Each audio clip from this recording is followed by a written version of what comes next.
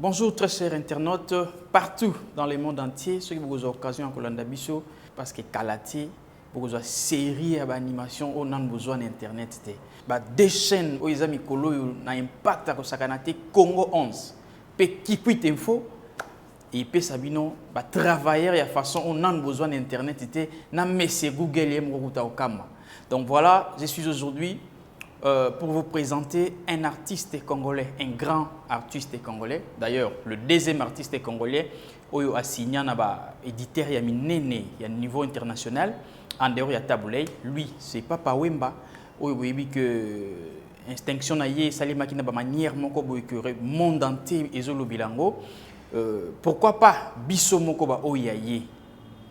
Congolais, la République démocratique du Congo, Totika Kolobela Papa Wemba. Aujourd'hui, nous allons devoir vous amener dans la capitale de Kinshasa, Matonge.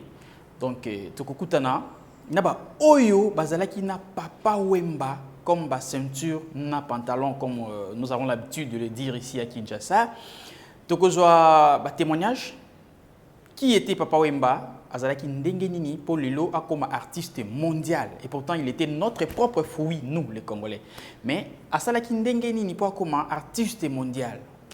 Tokozaba témoignage, il y a Azalaki Bongo artistique, directeur artistique. Il y a Viva la musique à Senado. Les grands frères propres et artistes et musiciens Chaingenge que j'ai sali en passant. Il va parler de Papa Wemba qui était autrement comme son père. Donc, s'il faut le dire, il va parler de Papa Wemba, la dame, Papa Wemba a Tikana Mutuna Biso comme si elle était une marque, hein? Mère Frenchen. On va découvrir juste après. On prend d'abord cet élément, Toyoka, témoignage, et vous et moi, on se retrouve juste après ces images. Bonjour papa. Ingolo bana pena petite sœur naïe. Ngaza mwana kanda kanda yepe mwana kanda kanda.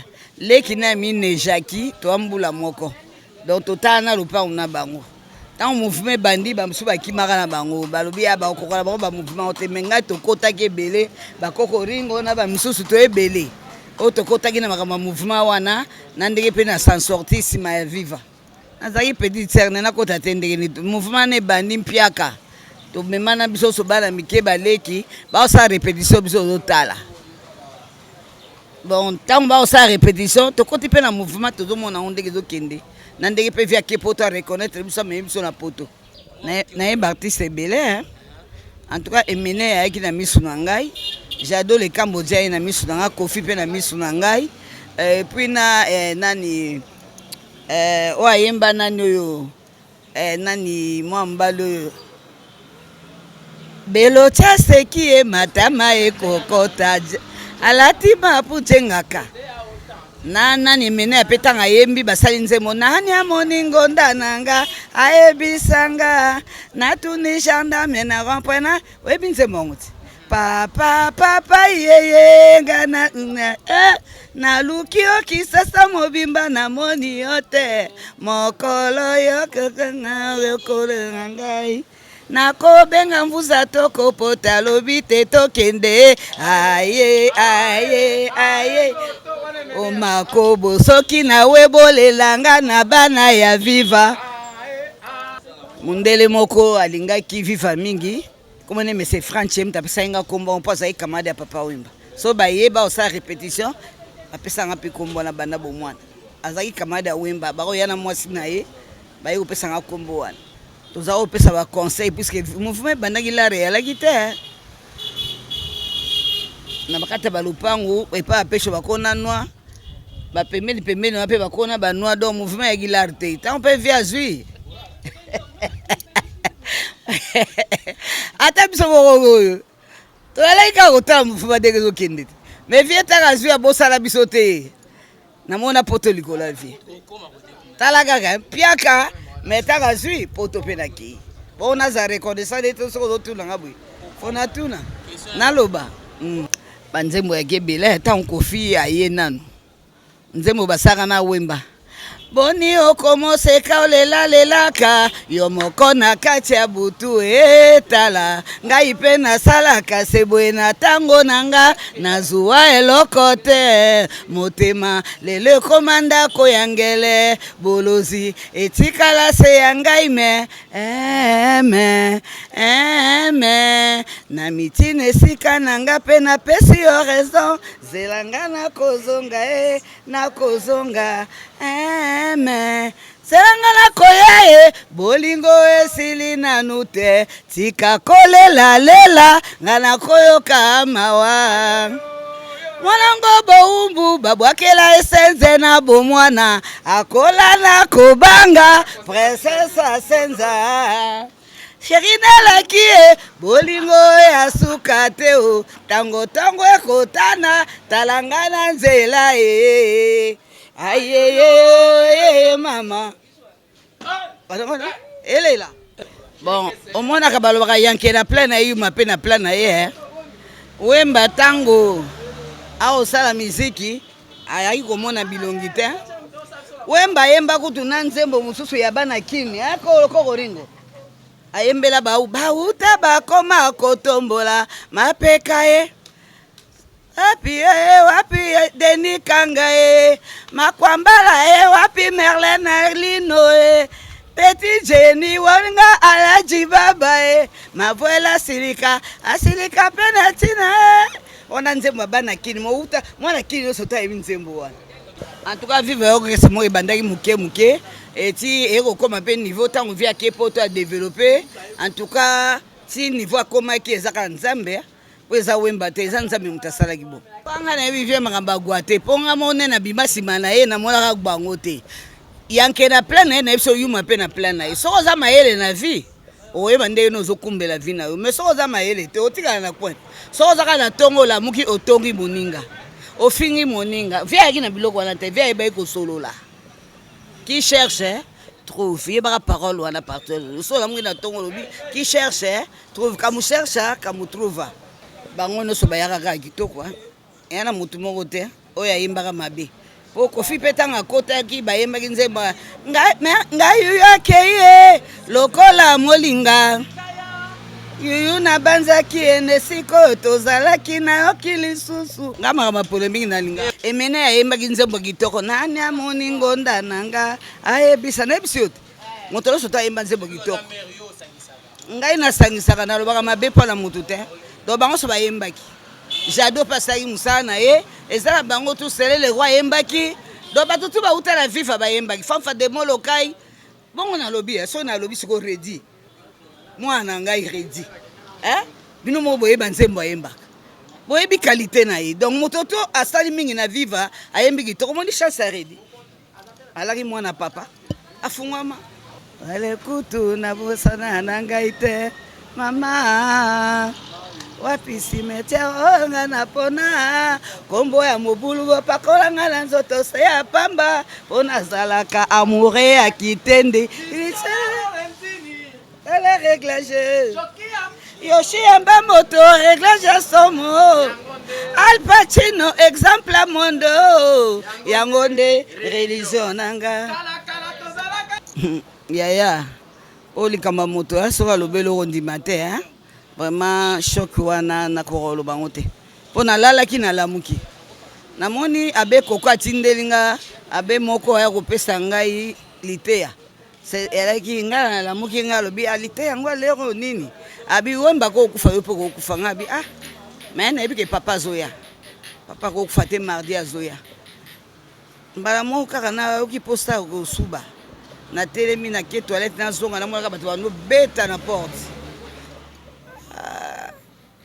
namona koko ringo akoti nalobi wemba ne plus nandimaki te me liwe ezali ngabi te nabiyima kolongulu nabi te na brose be nasala ndeni me nabima bongo ti na ye okoma ti na brose munoko mpo moto na vi fo broseka munoko soa na banani na brose na change bilamba na sukoli na kei na mbinza epai ya ofanda na ndako ya ye oya kolo ya papa wemba kokota kata lopango na sentir ke sayenga passe si le lesaka passe liwa mais ye mo azalo ba crimoko donc tellement ayaki moto ya bato okufi olongwe obeli opemi okufi olongwe obeli opemi crie aza obeta yango wana me ngai nayebaka ke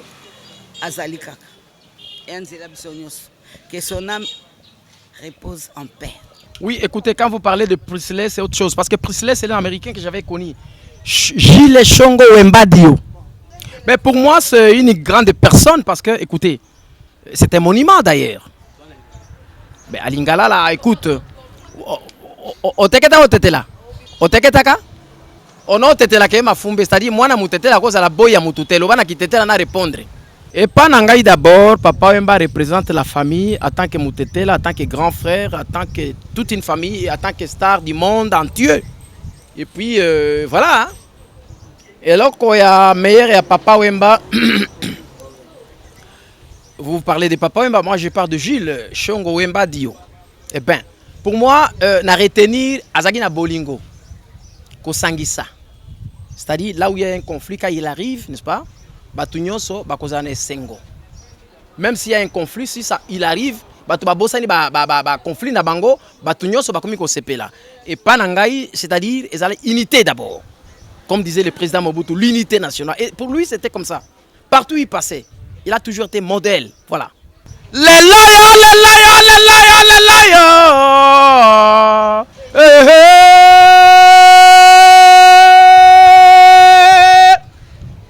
Wembadi, Moanama, Moanayama, aïe, donc, voilà, alors, comprenez, voilà. Aïe, aïe. Donc, voilà, hein, voilà. L'ancien Vive à la musique, ça évolue très bien avec lui-même, le patron des patrons, Kourou. Et ça évolue très bien parce que lui-même était là, il savait comment gérer. Et il savait comment manager, vous savez, en Afrique. Si un vieux maire, c'est toute une bibliothèque qui brille. Vous savez, d'abord, en se retrouvant comme ça, en se retrouvant comme nous sommes ici, c'est un grand souvenir. Si jamais Papa Wemba n'avait pas fait du bien dans ces pays ou en Afrique ou dans le monde entier, vous ne pourriez, vous, en tant que journaliste, les hommes de la presse, parce que vous faites partie d'un pouvoir, vous savez ça, vous ne pourriez jamais venir nous interviewer. C'est-à-dire, quelque part, vous-même, vous reconnaissez le bienfait de Kourou Papa Wemba. Eh bien, Grifango, Oya basapato, Jimmy Westone, Grifango, Oya jean sale original Angleterre, Quartet, Quoi tanga yango, yo eh bien, tanga yango te, ngamutu na komaki yango en Angleterre, omonenga, tanga ngamutu na komaki en Angleterre, ngamutu na kena à Londres na komango. Alors.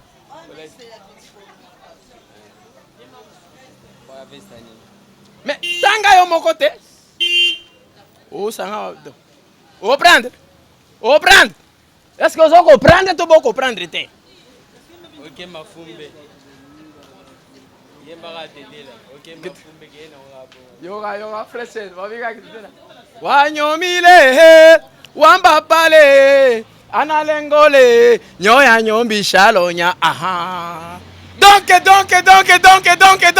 Alors. Oui, par rapport. Les loyaux.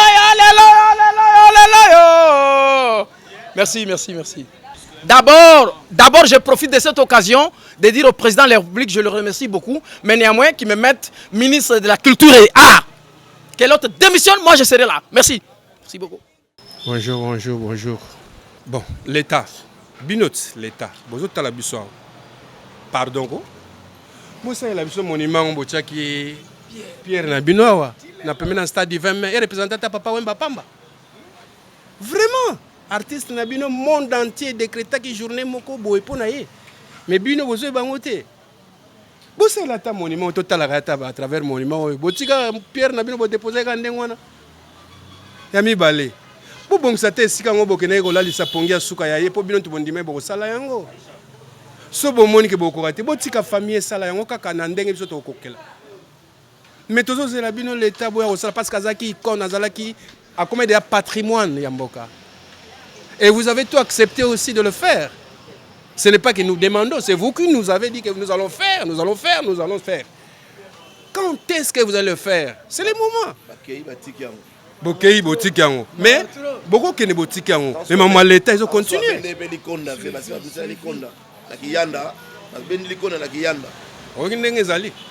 La vérité me soupe yango wana. Tant que laisse ma famille mususu. L'État ça la plaisir ko. Mais c'est tout ça la politique. Tu au cocaté? Hein? Courage. Baza toujours na courage. Bana viva courage. Bana matongé. Courage toujours. Matongé oyo tokotika ngo jamais. Ngana mona chango webit. Ngana mona chango mais na vivra à l'aise dans litonge. Chango peut-être les aka pona un cadre ba mais je me sens léger à litonge. Mais chango source de mankambu. Et pas wapi motolo ezali. Donc ça va. Pour Senado, papa, d'abord c'était un parrain. Mais au départ, il fut d'abord mon collaborateur, mon confident. Et par après, il est devenu ma famille. Et pour moi, c'était un aîné, c'était un grand frère à moi, propre. On dirait que c'est le même sang, on dirait que c'est biologique, mais ce n'était pas biologique. Parce que, je dis ça pourquoi? Parce que pas une autre au coma. Et Zalanda, quand on y a Bikoukou, il m'arrivait toujours. Mais à n'importe quelle heure. Il venait quand il voulait, quoi. Donc pour moi, c'était un grand frère, propre. N'allez pas plus loin. Vous savez, dans Moukilia, Moutouabengaga, moi, je vais vous comment ma famille pour ceux qui sont dans un problème et que tout ce temps que les camons n'ont pas. Tu vois, et que tout ce temps que les camons n'ont pas. Alors c'est un frère directement. On l'engage au cœur. Papa Wemba, Azaki Ponanga Yaya. Mais il faut commencer par Tata Malongi. Ça, c'est le nom qui m'a été baptisé par le gars auquel on est en train de parler. Vous savez, hein, journal Lelo, Nazaf Mnane Yaoloba Mingite.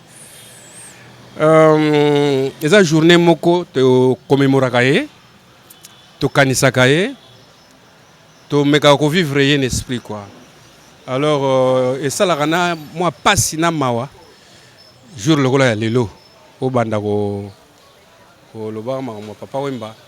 C'est y a un hôtel le bana bandeli. Ça va commencer, ça va finir quand? Parce qu'il y en a tant. Senado, c'est un musicologue. Senado, c'est un artiste. Senado, c'est un monsieur qui fait des conseils. Senado, c'est l'homme de la conscientisation. Senado, c'est l'homme de l'éducation. Senado, c'est un parrain. Voilà un mot. Ça dit nganaza oyo yo lingi nganazala. Mais il y a bien nango. Fonazala éducateur. Papa m'a appelé un combo ya. Appelé un combo belé. Les seuls petits qui me restent. Rayon X. Tata Malongi, comment Rayon X va combien de temps? Il m'a donné un rayon. Troisième oreille. Tata Malongi. Pour papa m'a baptisé au Kombona, ils ont été que. Un de mes aussi? Non, ils ont été que. Arocha, Elengimo pas monio za kitoko, pas monio. Non! Moutou! Ce que c'est le logo, Kombona paye yaka spontanément. Mon Tata Malongi, pourquoi? Tant que ça qui bana Malongi. Tu engagé bana Malongi, binangabi, na ordonné yo, ou engagé. Qu'est-ce qui ne va pas? Or, qu'est-ce que c'est moi baisse? Vous avez remarqué? Oui. Qu'est-ce qu'on doit faire? Il faut tout rajeunir. Parce que c'est des générations en génération. La génération ici, c'est un peu, et comme moi, faible. Toutes les générations, tous recruté bango. À la fin, il me pose la question de savoir. Alors, moi, j'ai toujours l'habitude de surnommer les groupes auxquels moi je fabrique. Il y a les Fioti, les Gnognon et consorts. Alors, bah oui, tu bien avant banani. Là, mais yo tu pas pape. Peu aux catholiques disent ça. Na ba catholique balobani. Balobaka Tata Malongi. Donc yo ozali molakisi. Ozali professeur. Ozali maître d'école. Ya binanga ah bon? Si c'est comme ça, banga bana Malongi yo comme Tata Malongi. Parce que je peux pas avoir des noms Tata papa. Non. Je suis papa, toi tu es tata. Qu'on fait ça comme ça. Là, bien bon, ça n'engage que vous, papa. Je te donne ça. Et c'est comme ça. Après, c'est un gango pour Moutou. Ce qui est étincelle, il y a bord et bimi. Nakosi ndume. Nakosi ni. Ce qui est étincelle, il y a nous les bimi. Non. Donc vie wana azaki phénomène mais azaki motinda mi nzambe nzamba tindaki a tika message o nzamba tindaki na mokili asaleli yango bien sapé bien rasé bien confirmé donc faut aller pas ya ndume po bongisa mutu faut que ne kuna bacho moi parfum o melengi donc tout ça c'est la propriété mais le moko l'état na biso soit gouvernement nazo senga na bango do kolo maladie zo tungisa so na mboka coronavirus nous n'allons pas nous débrouiller à chercher comment se saluer il y en avait déjà l'artiste avait déjà prophétisé hein? L'artiste avait déjà prophétisé en disant mango koto ça c'est déjà pour nabiso en avance pour nabiso photo zwango to pesa un privilège pour infecter Brazzaville pe bazwango pour Ekeneba, Gabon, partout en Afrique. Et ça vient d'où? Ça vient du Congo RDC. C'est-à-dire, on le fait comment? On joint les pieds. Et par après, on fait Mango Koto, prêtre. L'autre te répond Mango Koto Yaya. Obiso bien en scène en 2 autres manettes, tu as parlé, tu as tour. Té. Mais té, bon côté. Faut bien en tata malongi. Il me responsabilisé, non seulement pour la musique, mais comme un parent. Nazana universitaire, Nazana licencié, qui sont mes enfants. D'ailleurs, à la grandeur, il y a foyer, non. Vous êtes tata. Tout ça, ils ont une inspiration artiste. Contribution à vivre la musique, c'est énorme. Mais plus faut tout dans contribution à Papa Wemba. Parce que les gens ne comprennent pas bien. Nazalaki moko ya viva la musique pendate. Nazalaki collaborateur ya Papa Wemba. Héros dans l'ombre. C'est comme si aide mémoire un peu aussi.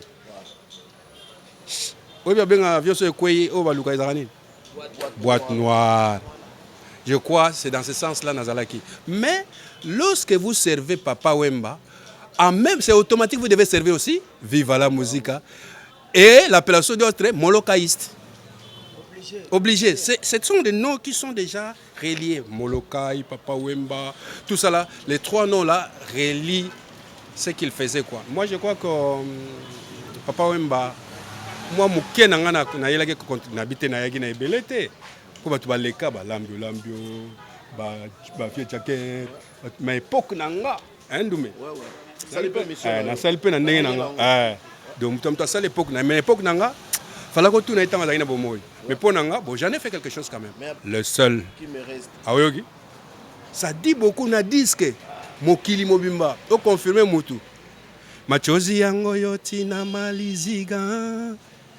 Mie mitalala nanani. We unaenda. Mie pakani mawazo. Mie pakani kuwaza. We unaenda. Kama ni ile njia yako wenda, kama ni maisha yako fata, we dada, welo,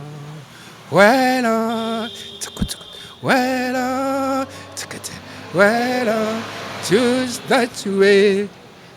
Anyamile, wapapale, analengole, nyambishalonya Etalelo kendo kachoni asoko kendi lekole tachule na tamachu itale mama kokole kolo pemba wanyomile wapapale langelo anto kolo kongami olo nyokimani ya mama oyokiango tokanisi biloko na ye bilei na ye banzembo na ye atikeli biso kwa héritage.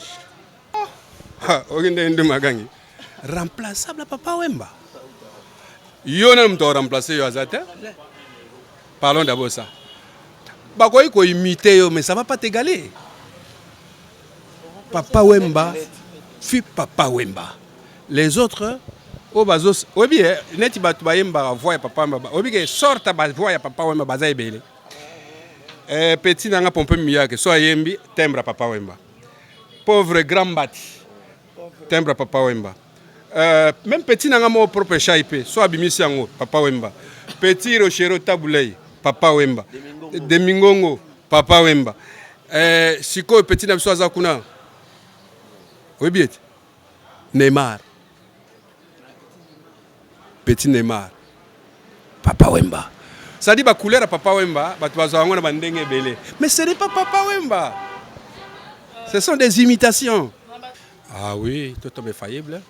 Na banda mimi ko yebisa parce que zala ki na le bleu mot très surtout au concert. Ceux qui chauffeur mtaki na volant, biso mbale na sima, a otu na ngaka. Boni ndulango. Na sima. Okanga na bi ndula lelo.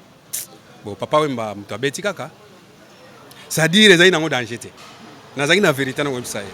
Koko ça été po yeso kosiye boyo kanate. Mabene zalaki soko kosiye on azolo soko kosiye a remarquer ko kosiye a olingote. Ceux qui atindio que nous avons mbongo. Ko sala ba manœuvre était ko tricher na katité. Yele mbona et vous n'avez pas de problème avec lui. Soko lingo soko ayebi ko kosaki a olingote. C'était un homme de vérité. Attends. Tant que attends tout na bilo attends na que lelo lelo té abi même nga moko je me sentais comme je touchais pas le sol et ça lelo taza lo bango so tu ni chauffeur na bi oui makamba za lo bango l'air c'est oui t'as raison c'est comme si je me touchais pas le sol c'est comme si j'étais un peu en l'air comme ça là même nga na yoka kiango oka na succès ngabi zebole kotaki yo abi ouais je crois zebola na kotaki zebola n'est pas na sens spirituel non zebola moko naturel. Vous avez la carte d'un artiste. Au bisona ito benga qui est langanzemo qui ne l'est pas. Si on a bien attendu langanzemo na langanzemo te, ba to silika na bo inanga. Azanga atite ya moto. Oka bi tata lukana tia wezate. Oka na cadre mon restaurant na ba sali tia kitoko. Ameli te kaka, te Lipton kaka. Habitude na zaki na ye. So Ameli na sili wana oka a fongoli ba bouton avandi, tam sa na polo a fu a pemi. Ceux qui ont bien un gant, chanteur, il y a un micro qu'il faut régler bien.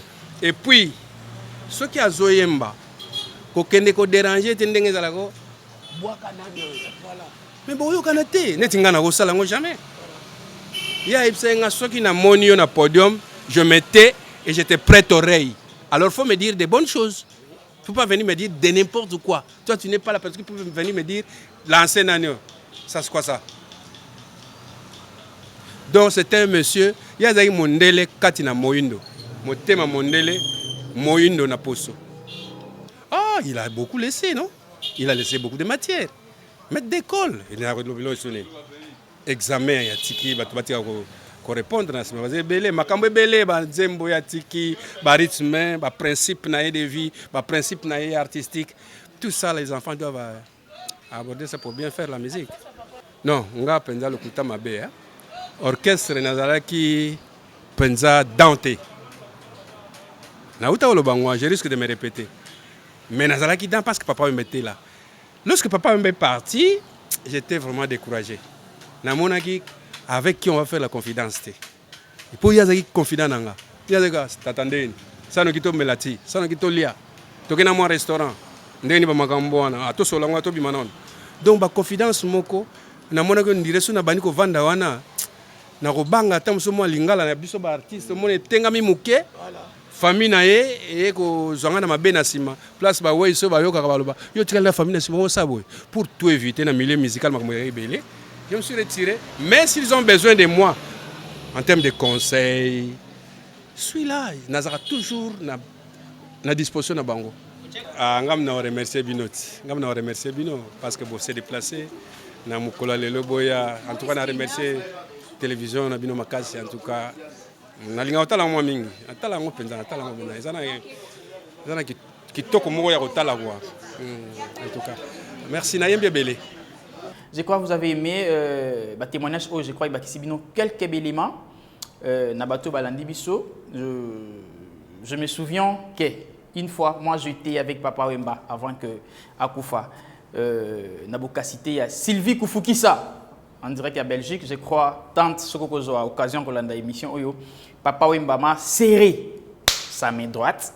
Donc, ils avaient bénédiction. Aujourd'hui, s'il faut parler de Papa Wemba, je prends cette charge parce que je vis une fois Papa Wemba. avec mes désirs.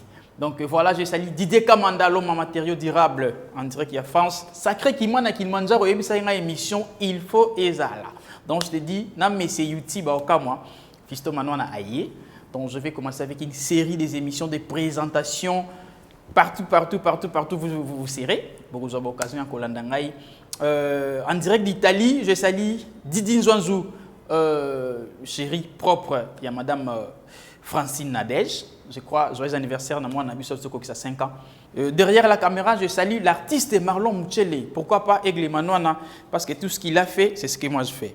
Et je salue Seya Lumea, les messieurs de la ville. Maman Kadi, surtout bébé Liliani, les tout nouveaux bébés de l'année 2020. Kachal Kayombo Gilberto, en direct de Londres, Venanga Robert Munganga. Moi, na poto ya Tongo na Londres, moi na poto baganga TV nanga parce que yo kenda Londres na Tongo. Voilà, moi na poto ya Kala na maman, na bana nyonso na pesi bino beauté, la cadette Afimiko Cathy Lumeya, intouchable fille à papa. Je te salue de loin. Pourquoi pas à Touvasoli, parfaite Soukami. Je te salue. Je sais que Binone Bozo trouvera la solution. Pourquoi pas Lili Moussengi aussi. Donc voilà, c'est ma sœur. Lumière d'Angola, Patouzigal, imbattable, vieux Masolo et bandit. Fils lacé, garçon capable. Émission Yangoyo. Je salue la dame qui supporte les enfants.